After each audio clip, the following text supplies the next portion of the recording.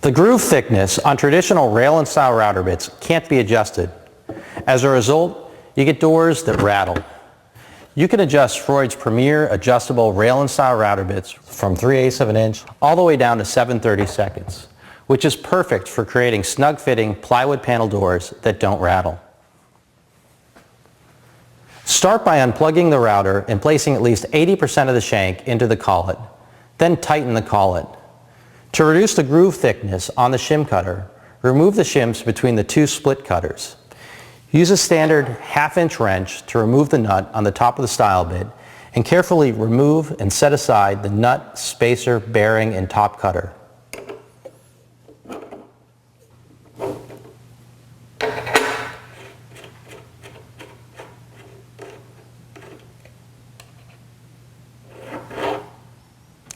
Now remove the extra shims until you have the desired groove thickness.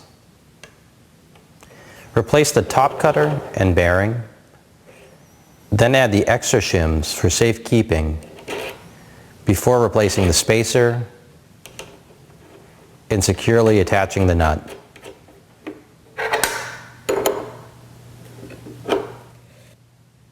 To adjust the stub tenon thickness, unplug the router and place at least 80% of the rail bit shank in the router collet, then tighten the collet nut.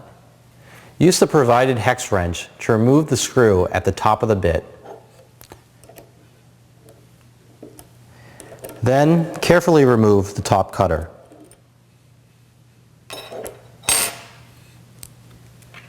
Remove the same number of shims and replace the top cutter.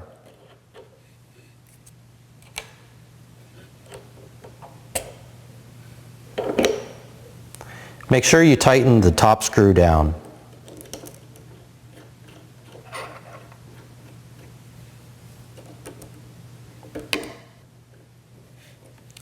You can now create rattle-free stub tenon and extended tenon flat panel doors in the exact same steps as creating raised panel doors.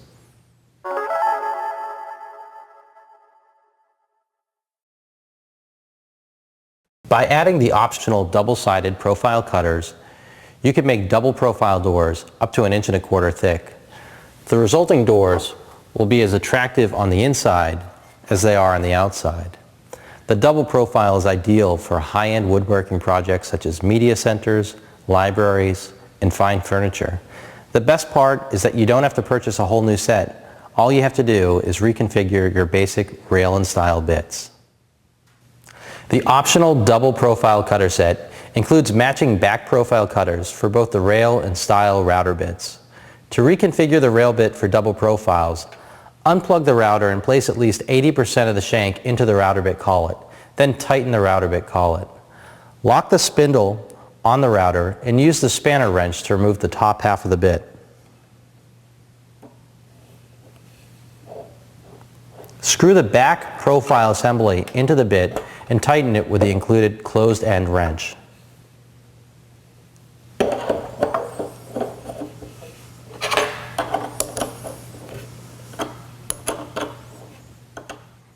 The steps for creating stub tenon doors with double profiles are exactly the same as creating regular stub tenon doors.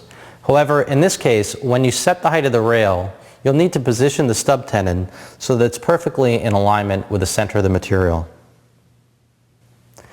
I've set the height of my bit, and I've also aligned my fence with the bearing on the router bit. I've locked everything down. I've also got my hearing protection and my safety glasses on. At this point, I'm ready to route the end of my rail.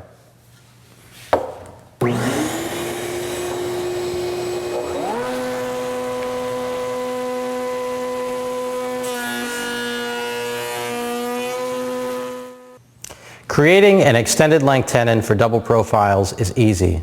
First, I've unplugged my router, and now I'll simply remove the top portion of my rail bit by locking the spindle on my router and using this included wrench.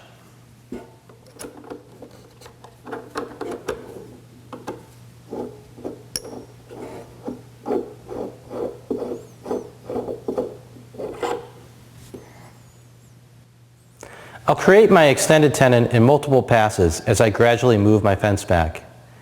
As you move your fence back, remember to route both faces of your rail. Now I've got my fence locked down and my router bit is locked into position. my safety glasses are on, and I'm wearing my hearing protection, and I'm ready to go.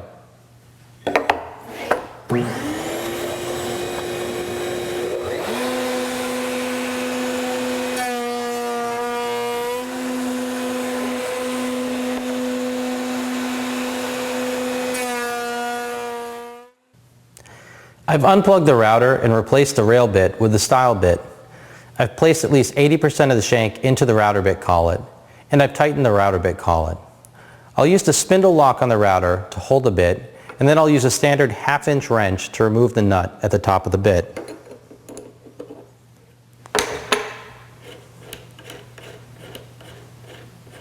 I'll remove the spacer, bearing, and all the washers above the top groove cutter.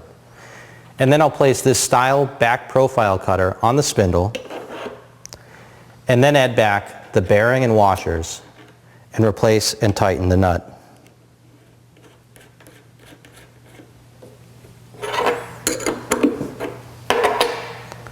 I'll put the spacer in a safe place for future use.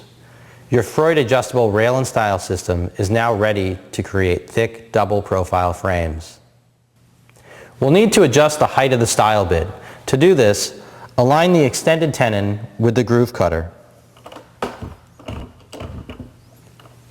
For added cutter performance and safety when cutting double profiles, make at least 2 passes as you cut the grooves on the rails and stiles.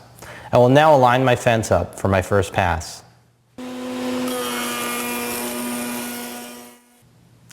Now that I've finished all my cuts, it's time to check the quality of the fit.